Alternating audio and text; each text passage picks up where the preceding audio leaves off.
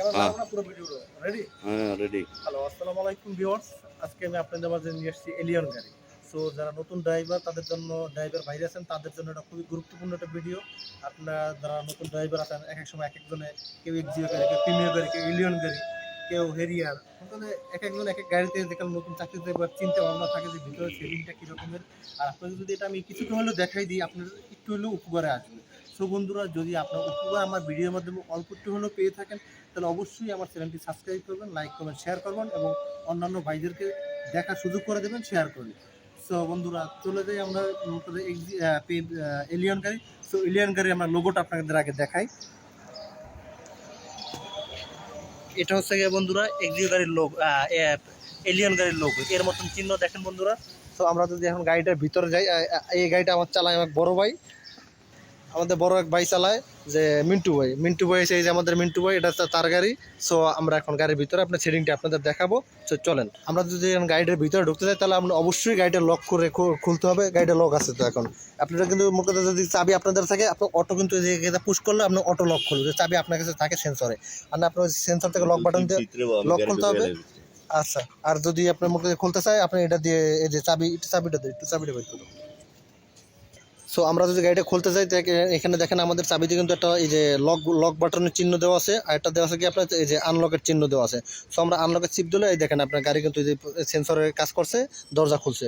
So আমরা এটা টান দেবো, টান দিলে পরবর্তীতে ধরেন আপনার এখানে কিন্তু আপনার প্রিমিয়ার এলিয়ন গাড়ি আপনি যদি স্টার্ট দিতে যান, সেক্ষেত্রে ভাই মিন্টু ভাই ব্রেকে পাড়া দিয়ে পরবর্তীতে তো পুষে প্লেস করতে হবে। আপনি এই যে ব্রেক আছে, এই ব্রেকে পাড়া দিয়ে, এই যে ব্রেকে পাড়া দিয়ে একটা ধরে দিই, এই যে ব্রেকে পাড়া দিয়ে আপনি যদি পুষে প্লেস করতে হবে, তারপরে ইঞ্জিন সুইচ হবে, আর দ্বিতীয় সুইচ দিলে আপনি স্টার্ট এসে পড়বে। আপনি যদি এই গাড়ির লুকিং গ্লাস ঠিক করতে চান, সেক্ষেত্রে আপনার এই যে LR দেওয়া আছে, এই যে ডান পাশে দেখতেছি,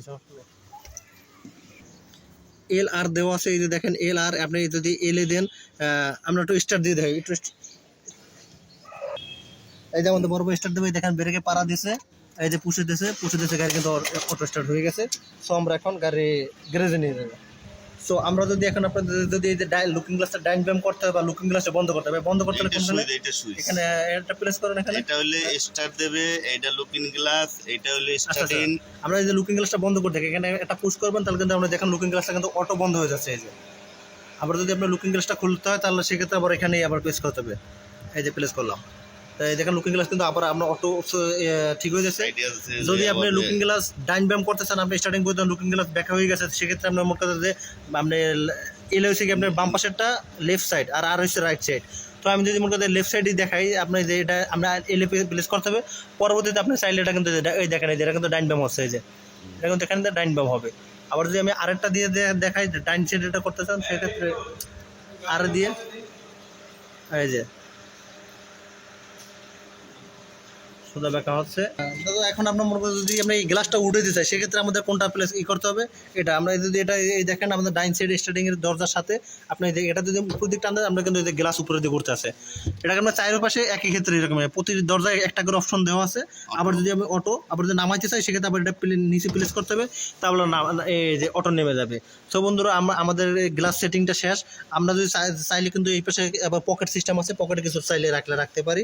সো বন্ধুরা, আমরা এখন পরবর্তীতে আপনাদের এসির বিষয়টা দেখাচ্ছি। এই গাড়ির আমরা যদি চাই যে এসি যদি ভাই অন করতে চাই, সেক্ষেত্রে আমাদের কোনটা অটো এলিয়ন গাড়িতে যে অটো দিলে অটো চলবে, এই যে অটো লেখা আছে দেখেন ভিউয়ার্স। আর যদি চাই এসি চালু করতে ম্যানুয়াল ভাবে, তাহলে এসিতে চাপ দিতে হবে নাকি।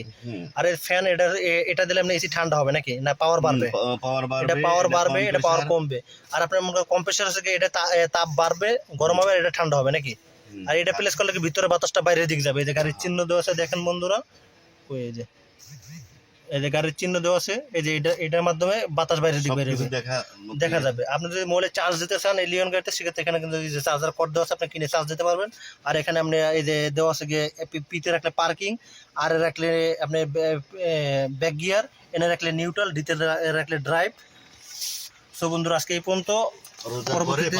আবার অন্য ভিডিও দেওয়া হবে। আপনি যদি চান এখানে যে লাইটও জ্বালাইতে পারেন, এখানে কিন্তু যে সরকারি লাইট আছে, তাহলে অফ করতে পারেন প্লাস করলে। সো বন্ধুরা, আজকে আমার বড় ভাই যাইতেছে, তার আছে, সে চলে যাচ্ছে। আমরা এই যে এখান থেকে কিন্তু আপনি চাইলে গ্লাস নামাইতে পারবেন, উঠাইতে পারবেন। সো বন্ধুরা, আজকে এই পর্যন্ত। আসসালামু আলাইকুম।